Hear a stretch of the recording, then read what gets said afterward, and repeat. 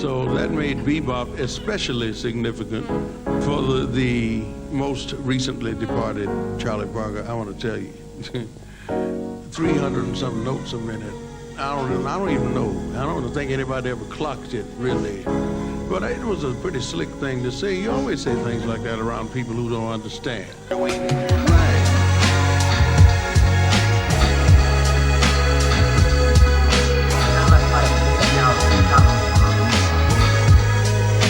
I started writing Turn Back Time when I just turned 18. I was playing loads of Cannonball Adderley, which is why I sampled him at the start, and I was going to the pub and clubbing and going out every single night without a fail. This song became the therapy because I needed advice because I was just going for it, and I loved that. It was so stupid, but I absolutely had the best time. It blew through my savings, but me and my friends created so many of these insanely stupid memories, and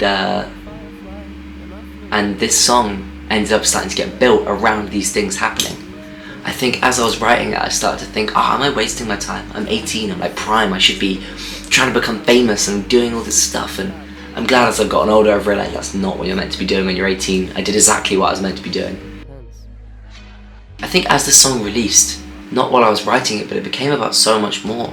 I still relate to this song into things I now feel today. I think I wish I could turn back time, I wish I could change things, I wish I could bring back people who are gone. There's a lot I think about when I hear this song nowadays, and I think especially with the speech that I decided to sample at the start, and he's talking about his friend passing and how amazing he was. I think those things going on in my life, while this song was not directly about that, must have subconsciously been playing because that was something that was going on, and I wish I could turn back time, I wish I could change that.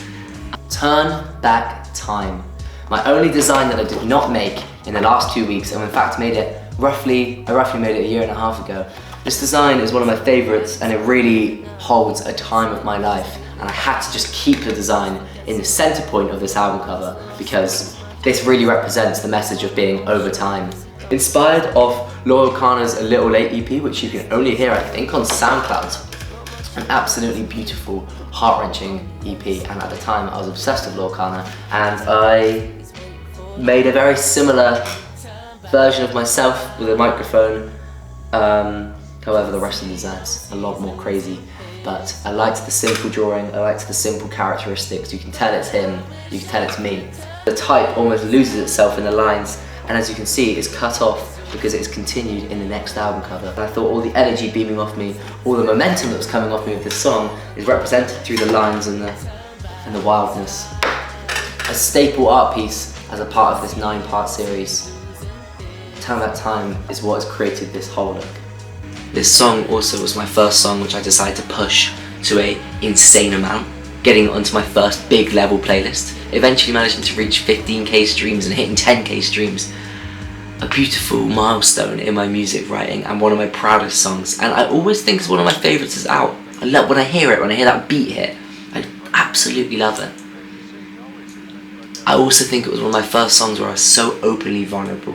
You can hear the disaster that I was feeling, and when I released it I was really worried people were going to take the piss, but no one cared. People just thought it was a brilliant song. It was actually my most positive reception from my home friends, so honestly, really pushes the message of if you want to create something that's pure to you, release it, show people, because if it's true to you, most of the time people will fuck with it and people will really like it.